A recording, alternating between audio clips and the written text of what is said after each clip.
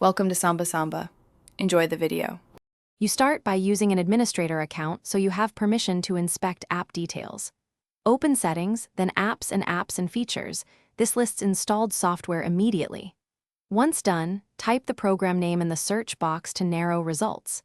Make sure to click the specific entry. Its compact info panel often shows the publisher string. If the app is a classic desktop program, note its exact name. You'll need that for the next verification steps. Now you inspect the executable directly because settings can omit publisher metadata. In File Explorer, right-click the shortcut or exe and choose Properties, then switch to Details. Look for company and product name fields, which often show the publisher. If details are blank, navigate to the program's installation folder, usually under Program Files, and check the main exe there. Make sure to run as admin if access is blocked, and note the exact company name. Finish by verifying the publisher. In Properties, use the Digital Signatures tab if present, or run Sign Tool Verify for a stronger check. This confirms who signed the binary.